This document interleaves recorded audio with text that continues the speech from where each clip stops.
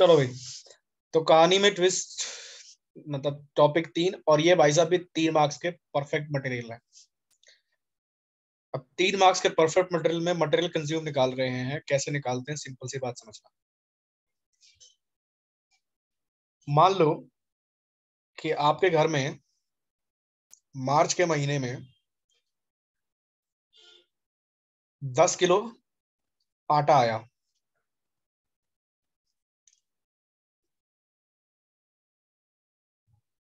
ठीक है, आपके पास फरवरी से लेफ्ट बचा हुआ था, मतलब लेफ्ट फ्रॉम फरवरी जो बच गया था वो था 2 kg। यानी कि फरवरी में आपके पास 2 किलो आटा बचा हुआ था 1 मार्च को।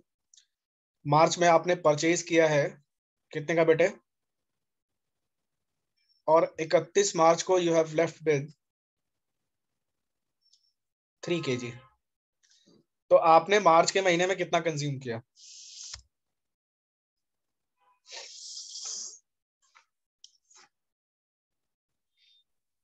9 kg। देखो, 10 kg खरीदा प्लस 2 kg का ओपनिंग स्टॉक था, और अभी आपके पास 3 kg बच गए हैं। तो एग्जैक्टली बचे कितने बेटे? आपने यूज किया 9 kg। यानी कि मार्च के महीने का आपका आटा कंज्यूम कितना हो गया? 9 kg। सिंपल सी कैलकुलेशन है। प्रॉब्लम यहाँ क्रिएट होती है कि हम परचेज कैसे निकालें। अब कुछ लोग तो बड़े अलग अलग तरीके से बता देते हैं, पर मेरा तरीका बचपन से अलग रहा है। तो दोनों तरीके से सीखेंगे बेटा, स्टेटमेंट बनाकर भी और अकाउंट से भी। पहले कौन सा बताऊं? अकाउंट बना। चल भाई, तू कह रहा पहले अकाउंट बना के, तो पहले अकाउंट बना के। ऐसा थोड़ा टाइम पास नहीं करते हैं।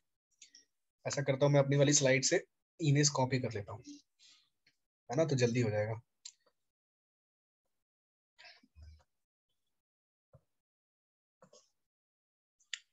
ये किया स्लीप, ये कंट्रोल।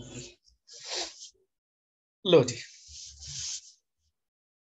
इमेज हमारे सामने है। तो बेसिकली हमने 2 अकाउंट यहाँ पर बना रखे हैं। एक है बेटा स्टॉक अकाउंट, और दूसरा क्रेडिटर्स। सर अब स्टॉक से काम चल रहा था तो क्रेडिटर की क्या जरूरत थी? क्रेडिटर से बेटा निकालेंगे हम एडवांस। हाँ, मतलब क्रेडिट परचेज।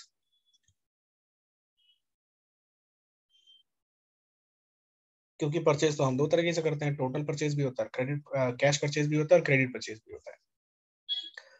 तो बेसिकली करना क्या है, पहले आप बनाएंगे क्रेडिटर अकाउंट। क्रेडिटर का बाय बैलेंस बीडी और टू बैलेंस सीडी। जितना आपने पिछले साल एडवांस दिया था वो इधर, करंट ईयर वाला, और जो पिछले साल एडवांस दिया था वो क्रेडिट साइड में।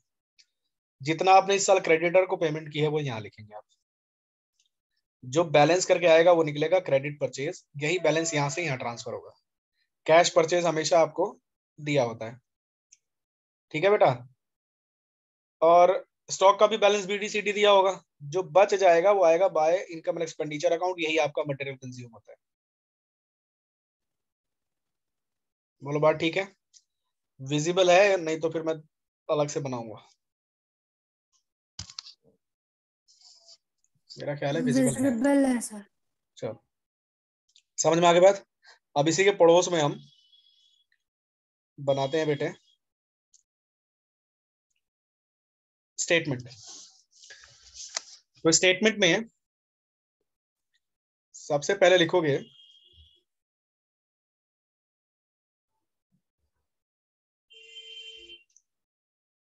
Amount paid to creditors.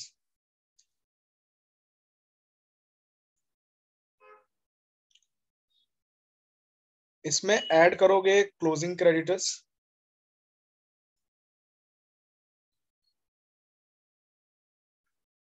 Minus करोगे ओपनिंग क्रेडिटर्स,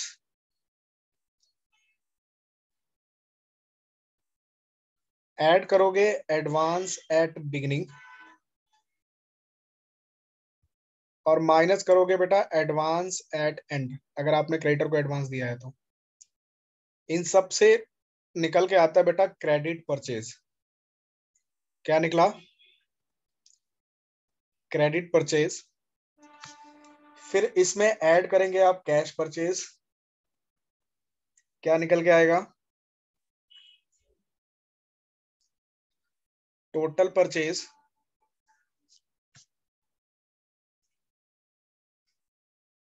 फिर इसमें माइनस करोगे क्लोजिंग स्टॉक,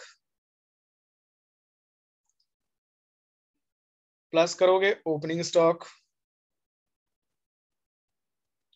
और एक चीज और माइनस करनी है, कॉस्ट ऑफ मटेरियल सोल्ड। कई बार क्या होता है, हम हमारे पास जो मटेरियल होता है उसका कुछ पार्ट हम बेच देते हैं, तो वो कॉस्ट ऑफ मटेरियल सोल्ड भी आपको यहाँ से माइनस करना पड़ेगा। फिर जो बचेगा बेटा वो होगा आपका मटेरियल कंज्यूम,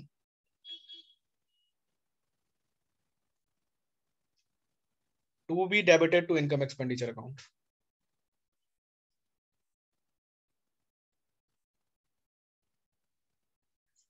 ठीक है बेटा, बताइए इतनी बात क्लियर है? सर ये तो बता दिया आपने, लेकिन यहाँ तो बताया नहीं आपने ये वाली बात, ये जो कॉस्ट ऑफ मटेरियल कंज्यूम है। चलो भाई, तो इसकी भी एंट्री हम कर लेते हैं। अच्छा, ब्लैक कलर से कर लेते हैं, ब्लू दिख नहीं रहा है। तो यहाँ लिखेंगे बाय, क्या लिखोगे, सेल्स अकाउंट, बोलो, सेल्स ही लिखोगे, बाय सेल्स अकाउंट, लेकिन यहाँ पर सिर्फ कॉस्ट लिखी जाएगी।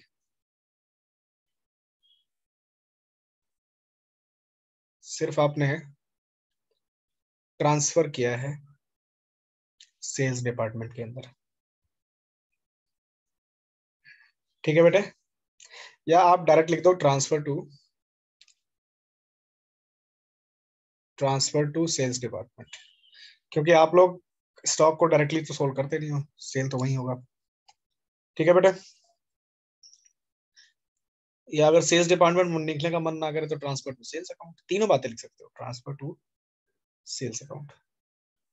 बाकी सेल वाला अपना फाइनेंशियल अकाउंटिंग में डील करता रहेगा, क्या करना उसको। ये है आपका मटेरियल कंज्यूम का क्वेश्चन।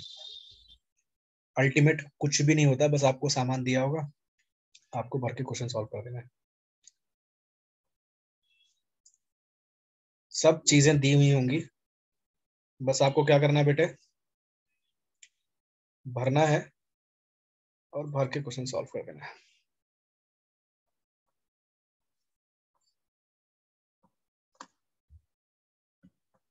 बताइए, कोई दिक्कत?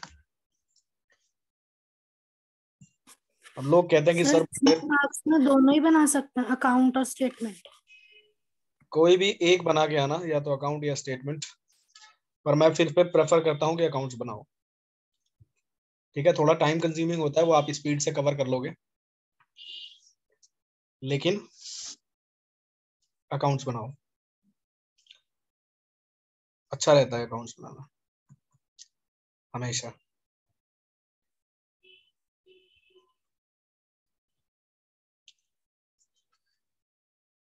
एक्चुअली क्या है ना, सर अकाउंट्स एक मिनट, बनाने वो से, नोट करना है, ऊपर कर दो।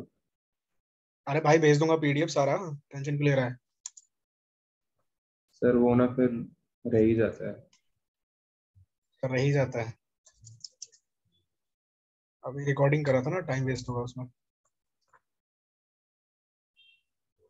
ले, स्क्रीनशॉट ले ले, उतारता रहे।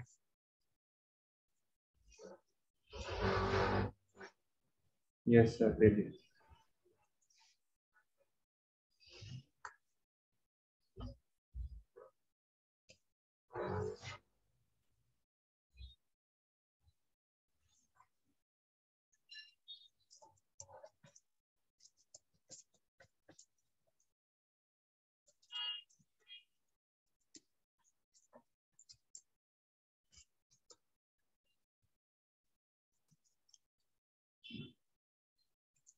क्रेडिटर 15,000, और एक लिख लेते हैं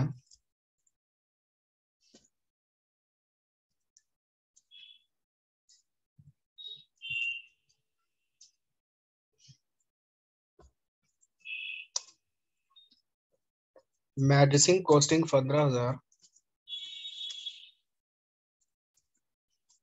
is sold for 18,000 to nearby hospital.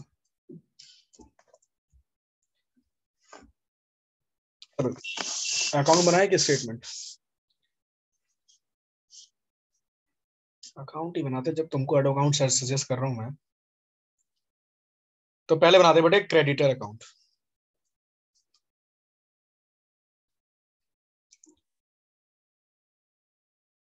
क्या क्रेडिटर का ओपनिंग क्लोजिंग बैलेंस है आपके पास? ये रहा ओपनिंग बैलेंस और ये रहा क्लोजिंग बैलेंस। अब सिंस क्रेडिटर लाइबिलिटी है तो बाय बैलेंस बीडी। बताओ भाई कितना? 6000। 6000। टू बैलेंस सीडी कितना है? 8600। क्या कोई एडवांस है? सर एडवांस तो नहीं है। तो क्या बचा? कैश पेड टू क्रेडिटर्स 15,000 रुपए। To bank account. अगर ये नहीं दिया होता कैश पेड तो डायरेक्टली यही बैलेंस हो जाता क्रेडिट परचेज, है ना? समझ गए ना? अगर मान लो कि किसी क्वेश्चन में आपको ये वाला अमाउंट नहीं दे रखा है कि कितना पेमेंट किया है हमने क्रेडिटर को, तो हम क्या करेंगे? ऐसे ही बैलेंस करके क्रेडिट परचेज लिख देंगे, तो जो वो हो जाता 2600, है ना? अभी ये हो गया 17,600।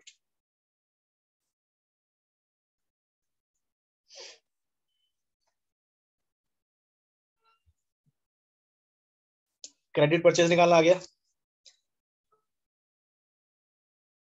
चलो अब बनाएंगे बेटे स्टॉक अकाउंट। स्टॉक अकाउंट में चूंकि स्टॉक हमारा एसेट होता है तो बैलेंस बीडी आएगा डेबिट साइड पे। टू बैलेंस बीडी बताओ कितना भाई? सर 4500। फिर बाय बैलेंस सीडी कितना है? 3700। यहां से आपने टू क्रेडिट परचेज कितना किया? क्रेडिट परचेज बेटे 17,600। और टू कैश परचेज कितना किया है? 15,000। 15,000। अब ये कह रहा है कि सर 15,000 के गुड्स हमने 18 में बेचे हैं, तो by stock transfer to sales account 15,000। ठीक है बेटे?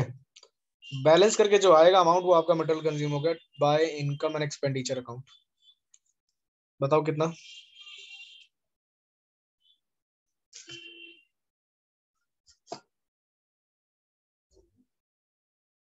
टोटल हो गए 15 से 15 चले गए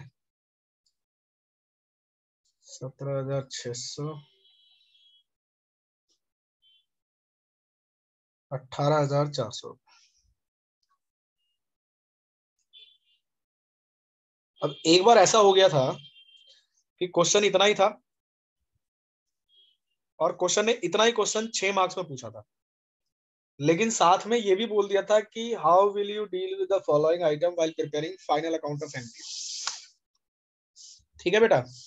अगर क्वेश्चन इस वाली लैंग्वेज की जगह पे ऐसे बोलता है how will you deal with the following while preparing final account of NPO, in that case आपको फिर इनकम एक्सपेंडिचर अकाउंट भी बनाना है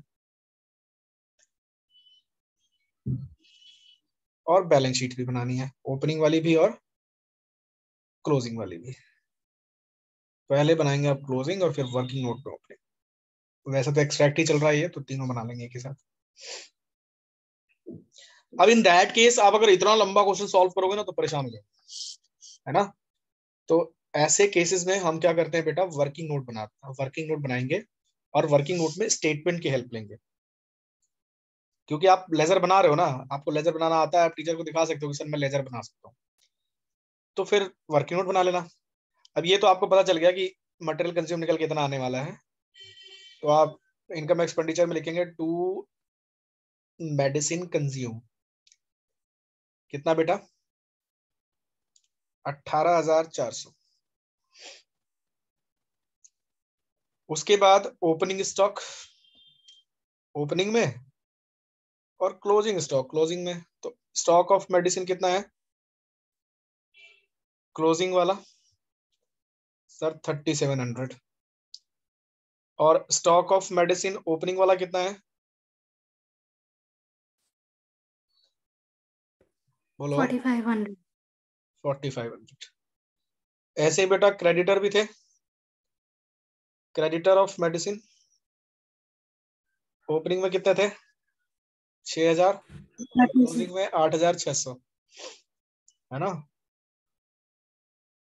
क्रेडिटर ऑफ मेडिसिन। अब एक ये ट्रीटमेंट रह गई इसकी कि 15,000 के मेडिसिन को आपने 18 में बेचा तो गेन हुआ। यहां लिखोगे by gain on sale of medicine 3,000 रुपए। 18 माइनस 15, अगर लॉस में बेचा होता तो डेबिट साइन डाल देते, to loss on sale of medicine. ठीक है बेटे। और ये जो कैलकुलेशन हमने की है फिर हम स्टेटमेंट के थ्रू कैलकुलेशन कर तो ऐसे भी सकते हो, पर ये थोड़ा लेंदी हो जाएगा, आप परेशान हो जाओगे। पर मैं हमेशा सजेस्ट करूंगा अकाउंट बना के क्वेश्चन सॉल्व करो। स्पीड थोड़ी बढ़ानी पड़ेगी आपको, ये आपकी मजबूरी है, लेकिन हमेशा अकाउंट बना के क्वेश्चन सॉल्व करो, आप हमेशा फायदे में रहेंगे। अब अभी तक हमने जितनी एडजस्टमेंट्स पढ़ी हैं इनकी ट्रीटमेंट जरा समराइज कर लेते हैं, और फिर लास्ट टॉपिक रह जाएगा 5 नंबर वाला, इनकम एंड एक्सपेंडिचर अकाउंट, वो हम बात करेंगे बाद में बात। तो देखिए बेटा, एक तो हो गया इनकम एंड एक्सपेंडिचर अकाउंट,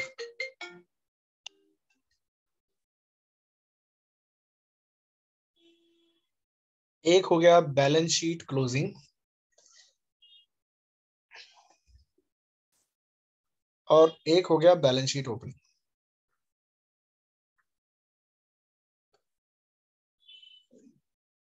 और टॉपिक देखते जाओ कौन कौन से आ रहे हैं। आउटस्टैंडिंग एक्सपेंसेस एट एंड, क्या करोगे बताओ?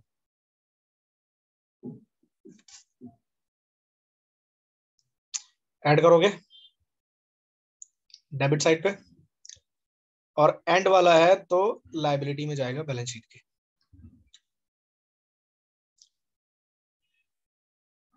दूसरा, outstanding expenses at beginning, minus करोगे डेबिट साइड पे, और लायबिलिटी में जाएगा ओपनिंग बैलेंस शीट की। तीसरा, prepaid expenses at end, minus करोगे डेबिट साइड पे, और बैलेंस शीट में जाएगा बेटे एसेट्स में। चौथा, प्रीपेड एक्सपेंसेस एट बिगिनिंग,